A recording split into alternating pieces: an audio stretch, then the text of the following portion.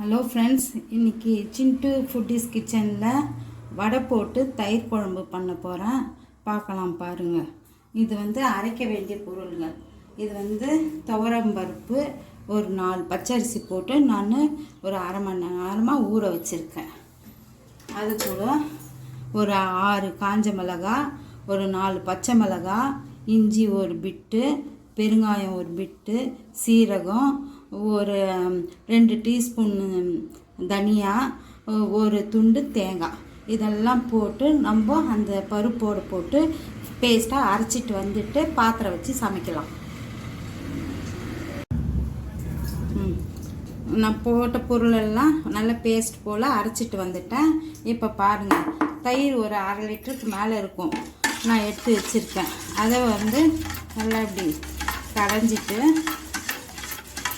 இந்த அரைச்ச பேஸ்ட் பாருங்கள், அது இதில் சேர்த்துக்கலாம்.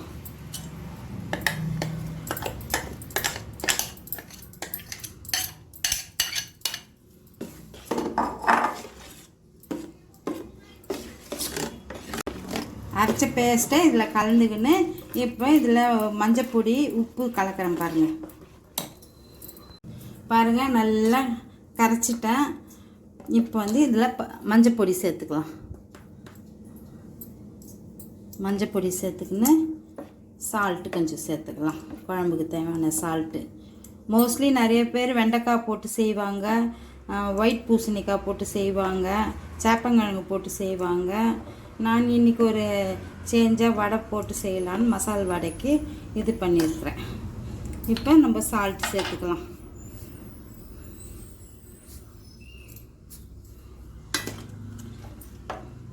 இப்போ அடுப்பில் பாத்திரம் வச்சு தாளிச்சிட்டு ஒரு 10 நிமிஷத்தில் ஆகிடும். இது பாருங்கள்.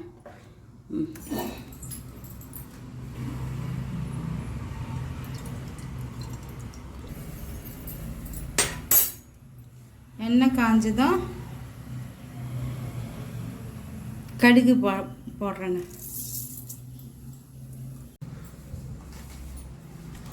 கடுகு வெடிஞ்சது கொஞ்சம் வெந்தயம் சேர்த்துக்கலாம்.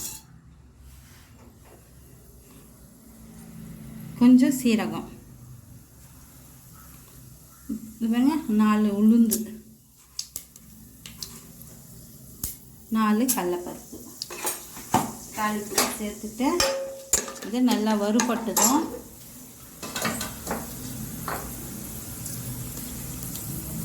கருவேப்பிலை,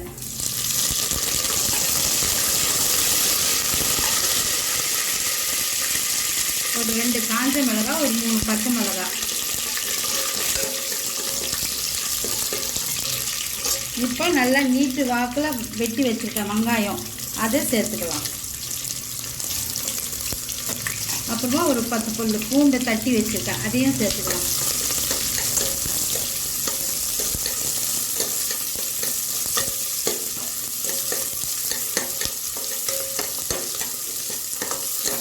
இப்போ நம்ம அந்த தயிரில் கொஞ்சம் உப்பு சேர்த்துருக்கோம். இந்த வெங்காயம் வதங்கிறதுக்கு கொஞ்சம் சால்ட் சேர்த்துக்கலாம். இப்போ பெருங்காயம் கொஞ்சம் தட்டிக்கலாம்.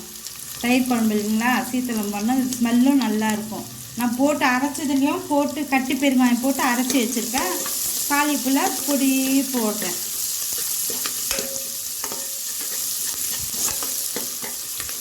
நல்லா கண்ணாடி பதம் வர மாதிரி வதங்கிக்கிட்டோம். இப்போ ஒரு பெரிய தக்காளி ஒன்று கட் பண்ணி போட்டிருக்கேன். காய் ஆட் பண்ணுறவங்க வெண்டைக்காவை வதக்கி வச்சிக்கின்னு இந்த டைமில் சேர்த்துக்கலாம். வெள்ளை பூசணிக்காய், சேப்பங்கிழங்கு அந்த மாதிரி சேர்த்துக்கிறவங்க இந்த டைமில் இப்படி போட்டு வதக்கிக்கலாம். வதக்கிட்டு இந்த தக்காளி பழம் போடுவாங்க. மோஸ்ட்லி யாரும் தக்காளி போட மாட்டாங்க, நான் சேர்க்கறது தாங்க. அதோட டேஸ்ட்டு கொஞ்சம் தனியாக தெரியும். இந்த பாருங்கள், எங்கள் குழம்பு நான் கொதிக்க வச்சுருக்கேன். இந்த பக்கம் நான் ஒரு வடை கடாய் வச்சு வடையை சுட்டு அதில் போடுறேன். பாருங்கள் பாருங்கள், சின்ன சின்னதாக நம்ம போடலாம். வாழை இல்லை, வெத்தலையில் நான் தட்டி போடுறேன்.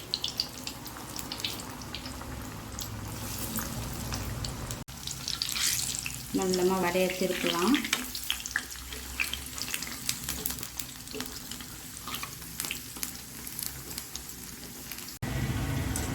பாருங்கள், மசால் வடை ரெடி ஆகிடுச்சு. நம்ம இப்போ அந்த குழம்பும் கொச்சி ரெடியாக இருக்குது. நம்ம அதில் போட்டுடலாம்.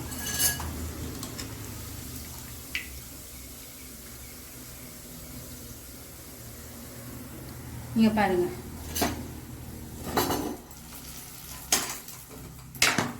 குழம்பு ஒரு 10 நிமிஷம் ஸ்லிம்மாக இருக்கிற ஃப்ளேமில் நான் கொதிக்க வச்சேன்.